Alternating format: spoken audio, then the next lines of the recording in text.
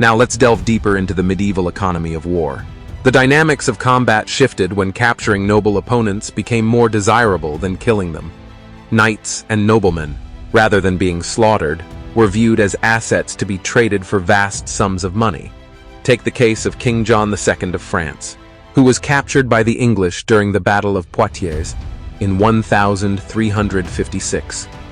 His ransom, an astronomical 3 million gold écus, shook the foundations of France's economy. This was no ordinary sum. It forced the French crown to scrape together resources from across the kingdom, setting off a chain of economic challenges that reverberated long after his release. But it wasn't just kings who could change their fate with a ransom. In battles across Europe, the capture of knights and nobles was a lucrative business. Instead of wiping out the enemy, soldiers sought out high-ranking captives, knowing that their wallets might fatten more from a live prisoner than from a victory in combat.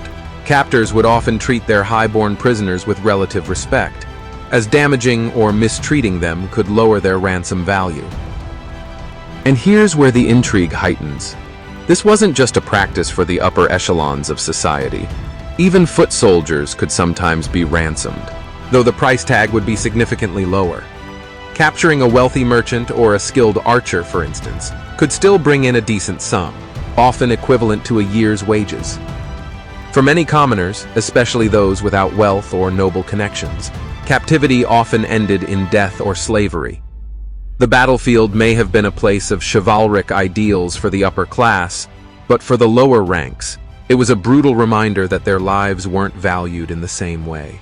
By the late Middle Ages, this practice had become so ingrained that entire wars were funded through ransom demands. For the captors, holding a knight meant the potential to retire from battle entirely, transforming themselves from warriors into aristocrats.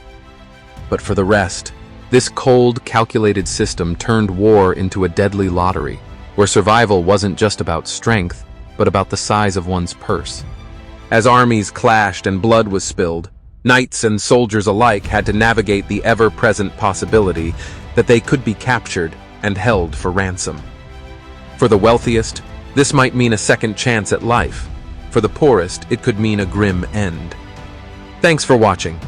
If you enjoyed the video, make sure to hit that subscribe button so you don't miss out on future content.